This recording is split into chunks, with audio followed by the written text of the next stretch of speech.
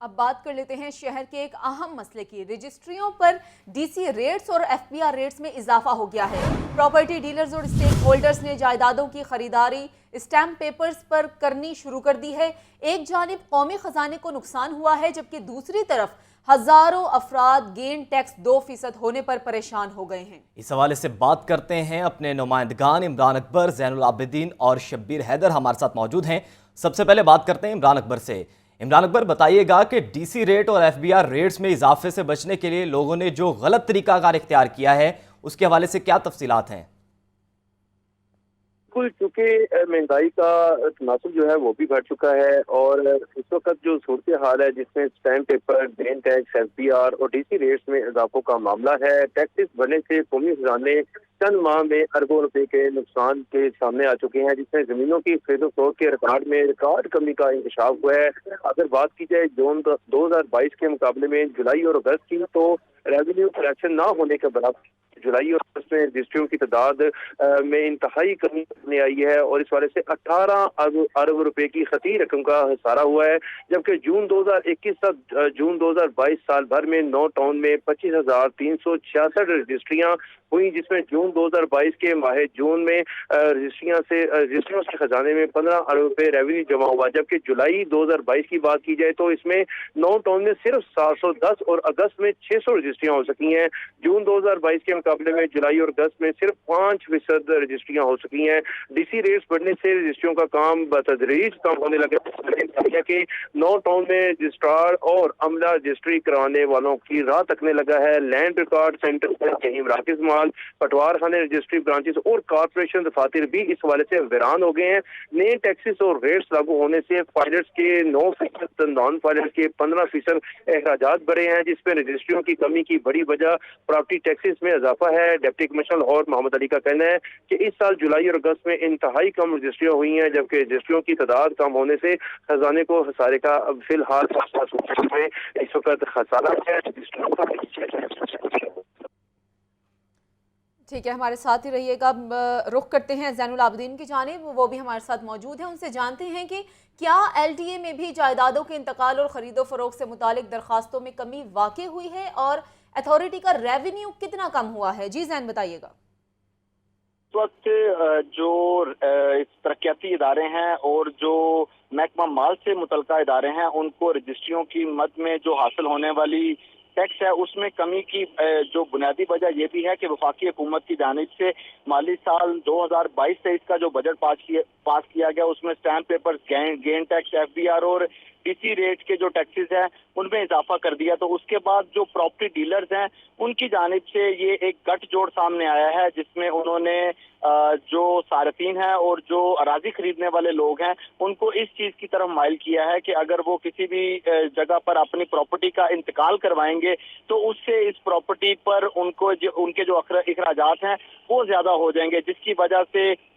ये जो टैक्सेस बढ़ने की वजह से कौमी खजाने को भी नुकसान पहुंच रहा है और प्रॉपर्टीज का भी इंतकाल नहीं हो रहा। और इन प्रॉपर्टी डीलर्स के खिलाफ इसलिए भी किसी भी तरह की कोई कार्रवाई नहीं की जा रही क्योंकि इस वक्त वफाकी सतह पर और सूबाई सतह पर कोई भी ऐसी रेगुलेटरी अथॉरिटी मौजूद नहीं है जो कि इस गैर कानूनी अमूर से उनको रोक सके। यही वजह है कि एलडीए में भी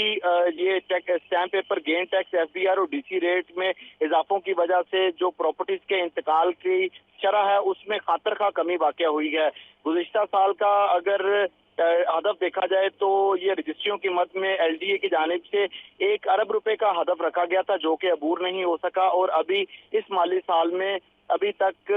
जो 2 माह अढ़ाई माह गुजर चुके हैं। इस अढ़ाई माह में जो रजिस्ट्रियों का इंतकाल करवाने का अमल है और जो दरख्वास्तें हैं उनकी शरह में खातर खा कमी वाक़ई हुई है, जबकि ये जो टारगेट है इसको 2 अरब रुपए रखा गया है। अभी तक की जो इतलात मौसूल हुई हैं उसके मुताबिक एलडीए में इस अढ़ाई माह में सिर्फ एलडीए को ये 55 दरख्वास्तें मौसूल हुई हैं, जिसमें एलडीए को इस्तदा की गई है कि उनकी प्रॉपर्टीज का इंतकाल किया जाए। जबकि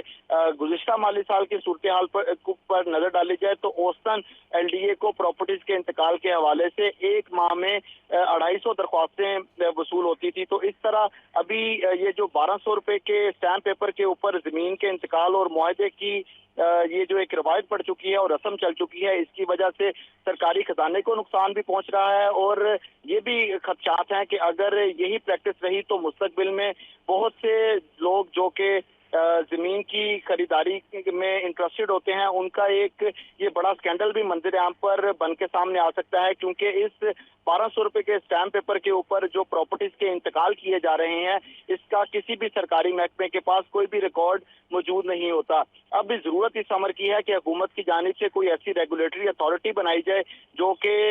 या तो इस स्टैम्प पेपर के ऊपर जो जमीनों का इंतकाल हो रहा है इसको रोके या इसको किसी भी जगह पर रजिस्टर्ड किया जा सके, ताकि कोई भी कंज्यूमर और कोई भी जमीन खरीदने वाला जब वो मुआयदा करता है तो उसकी जो किसी भी जगह पर रजिस्ट्रेशन है वो हो सके, और जब उसके पास मतलूबा रकम मौजूद हो तो वो अपनी जमीन को इंतकाल करवा सके। लेकिन ये वफाकी हुकूमत की जानिब से टैक्सेस की शरह में इजाफा करने से प्रॉपर्टीज के जो